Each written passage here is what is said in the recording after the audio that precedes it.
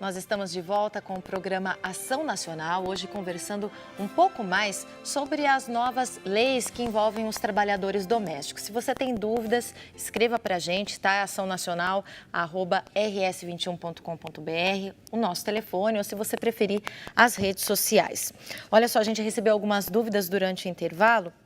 E tem a dúvida da Luísa, ela é de Resende, do Rio de Janeiro. Obrigada pela sua participação, Luísa. Ela diz que tem uma pessoa na casa dela que faz faxina 2 vezes por semana e em uma delas faz a faxina na casa e cuida da mãe dessa pessoa. E no outro dia ela só faz a faxina. Ela seria uma diarista ou uma empregada doméstica? Ela vai ter que fazer um contrato com essa pessoa? Ou, doutor Marcelo, vamos... Eu vejo a eventualidade. Eu vejo que fica como diarista, não vejo como empregada, não. Porque a empregada, a gente já tem julgados aí que de dois dias trabalhando na semana não tem necessidade de registrar. Não que desvincule, nós entraríamos aí num contrato de autônomo, que é outra situação. Mas contrato como empregada doméstica ou empregado doméstico de 2 dias na semana, eu acredito que já está pacífico esse entendimento, a meu ver. Tem decisões de tribunal que não gera vínculo de emprego. A gente tem uma outra dúvida aqui da Luísa, que é de Juiz de Fora, Minas Gerais. Ela quer justamente saber sobre as diaristas, né? Acho que as pessoas querem saber se pode criar esse vínculo, doutor Marcelo. A lei de domésticas em si, quanto à configuração de empregado doméstico, não mudou. Então, enquanto para qualquer trabalhador precisa ter uma habitualidade, para a lei de domésticos precisa ter continuidade. Essa terminologia técnica tem uma diferença bem simples. Uma vez por semana numa empresa, toda quarta-feira, pode ser habitual. Só que isso não é considerado contínuo para efeito de ter direito ao registro como empregado doméstico. Então, é por isso que as diaristas, e formou-se essa jurisprudência, esses julgados, esse entendimento, que até 2 vezes por semana não teria direito ao registro. Na verdade, eu acho que vai além.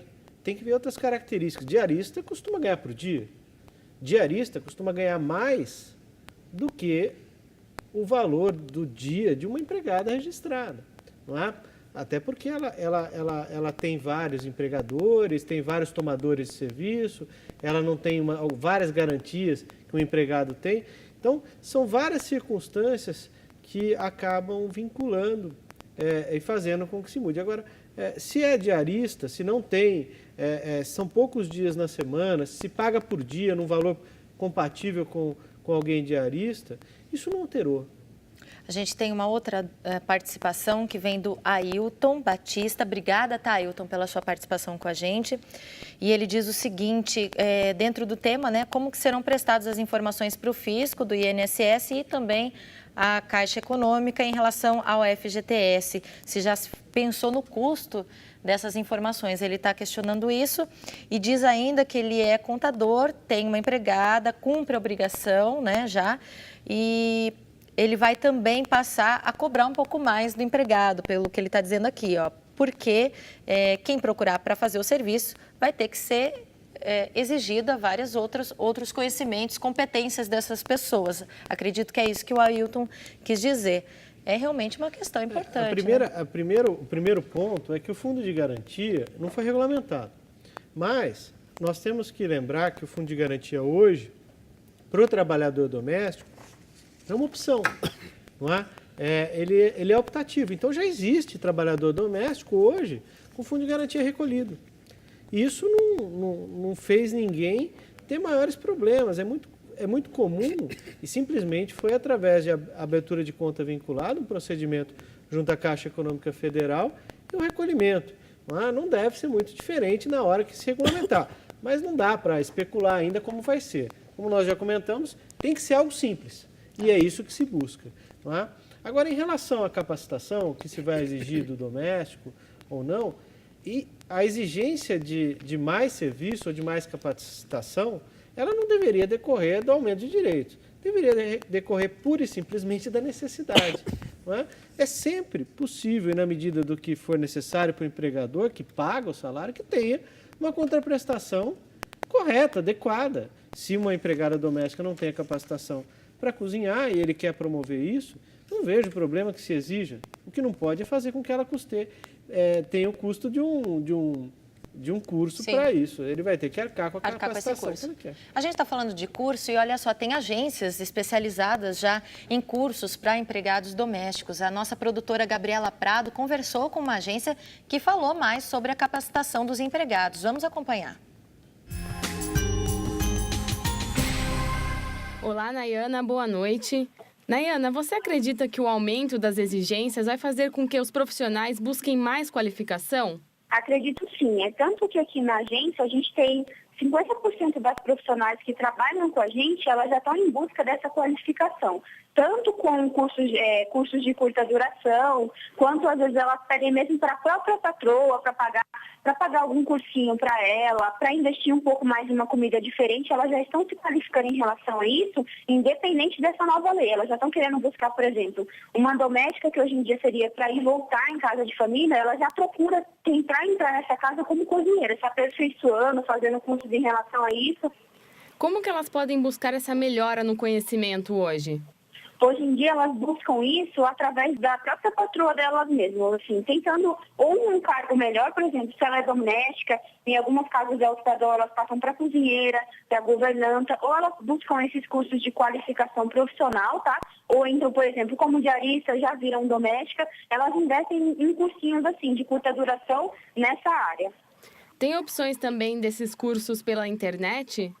Sim, na verdade, sim, os que são mais procurados, os cursos que elas mais fazem, tem, por exemplo, aqui é curso de ética, escrita, limpeza diária, cuidados com vestuários, etc. O da internet, que elas estão se aperfeiçoando, por exemplo, hoje em dia elas já procuram vaga de emprego já pela internet. Os próprios filhos, os netos, as pessoas mais novas que estão na casa dela, já cadastram elas referente a essas vagas na internet. Hoje em dia, elas já nem vêm na agência para procurar emprego, elas já se cadastram pela internet e fazem essa pesquisa mesmo pelas redes sociais, etc. Em média, quanto custa um curso? Existem cursos que são de graça, tá?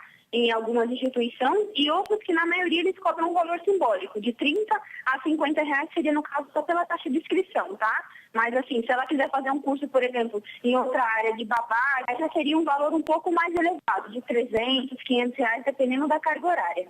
Nayana, boa noite e obrigada pela participação aqui no Ação Nacional. Tá aí, o pessoal tem que correr atrás também, né? Se por um lado tem exigência, do outro os empregadores já estão buscando os cursos. Acho que é válido também, né? Com certeza. Essa contrapartida. Até porque eu acho que vai virar uma nova cultura, como a gente estava conversando antes.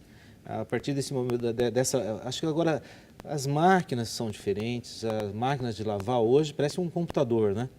As máquinas de lavar louça, a mesma coisa. Os equipamentos para poder limpar também mudam. Na verdade, então, aqui no Brasil tem muito costume de ter um empregado doméstico. Fora, nem sempre é assim, né? Muita gente conhece, mas para quem não conhece, fora do Brasil, é muito costume as pessoas mesmas fazerem os próprios afazeres domésticos, né? Arrumar seu quarto, lavar sua roupa. Eu acredito que agora vai começar aqui no Brasil também. A gente vai ter que mudar a cultura. Vai ter que mudar a cultura, porque quem não vai ter condições de pagar ou vai querer economizar com a empregada doméstica, ele mesmo vai ter que fazer. Então vai ter que dividir o emprego, vai ter que dividir o trabalho com a mulher, com o filho. Muda, vai ter que aprender a lavar, passar, vai ter que, o conforto que tinha antes, se não quer pagar, vai ter que mudar a cultura. Além disso, a gente tem que lembrar que toda essa mudança, ela tem a ver com uma valorização social do trabalho. O trabalho não se pode encarar, como já aconteceu, um trabalho doméstico como uma subclasse de trabalhador. É um trabalho como outro qualquer. Trabalho como qualquer outro e que tem que ser especializado por uma questão de crescimento pessoal, de ser algo qualificado, de ser algo que tenha que valer o preço dos direitos com toda que certeza. são assegurados. Então, olha só, a gente está recebendo várias dúvidas, mas rapidamente acho que a gente consegue atender todo mundo. A Sônia, ela é de Campinas, obrigada pela participação, Sônia. Ela diz que cuida de um idoso a cada 15 dias. Ela entra às 14 horas na sexta, permanece no trabalho durante o sábado, domingo e segunda até às 10 horas da manhã. Ela dorme no trabalho durante todos esses dias. Ela quer saber quais são os direitos dela de acordo com essa nova emenda. Essa é uma das questões que vão ser delicadas de se tratar. Não tem nada definido ainda do que vai se aplicar. De fato, para ela, sendo um trabalho contínuo, ela tem, pelo que eu entendi, um trabalho por vários dias sequenciais dentro da semana, e ela tem que ter respeitado o limite de 8 horas, normalmente, tem que ter descanso semanal, tem que ter intervalo para refeição, isso tudo tem que ser respeitado. O fato é que quem fica no final de semana, eu não vou considerar um trabalho contínuo, eu tenho que simplesmente separar o tempo em que ela não está trabalhando, o tempo que ela está repousando, que esse descanso seja respeitado, sejam fixados os períodos. Se ela eventualmente trabalhar fora desse período, que seja anotado, mas que se busque ao máximo aproximar o tempo de efetivo trabalho das jornadas legais. E o que passar vai ser extra. Tá. Tem uma outra dúvida parecida com essa. A Aparecida de Matão, obrigada pela participação. Ela diz que tem uma empregada que cuida da mãe dela, que é idosa, e se agora ela tem direito ao horário de almoço, com quem o idoso vai ficar? É uma preocupação, acho que patrão sempre tem algumas preocupações. Vai ter que se adequar, né, doutor? Vai ter que se adequar, com certeza, porque a lei tem que ter uma hora, alguém tem que substituir ela nesse intervalo Nesse de refeição, horário, alguém da certeza. família, algum revezamento. Tem que ter um Realmente revezamento. é uma mudança de cultura mesmo, né? Com certeza. Tem mais uma dúvida aqui, que vem da Elza, de Campo Grande, Mato Grosso do Sul. Obrigada, Elza, pela sua participação. Ela quer saber se o horário de almoço está incluído nas 8 horas trabalhadas. O horário de almoço ele tem que ser destacado das 8 horas. Então, se eu trabalho das 6 às 14, com 1 hora de intervalo, são 8 horas, tirando a hora de intervalo que nós trabalhamos, são 7. Então, eu posso considerar uma jornada de 9 horas, com 1 hora de descanso, e eu, na prática, terei 8 horas trabalhadas. Ou seja, a hora de intervalo ela é destacada e não é computada no tempo de jornada. A Mailde está perguntando de Itajubá, Minas, se a empregadora registrar a empregada com 30 horas semanais, o que excede a hora extra. Não, nesse caso. Sim. Porque a lei coloca um limite máximo de 8 horas e 44. A partir do momento que se coloca um parâmetro, fixa o parâmetro menor, esse parâmetro passa a valer, é um parâmetro mais benéfico.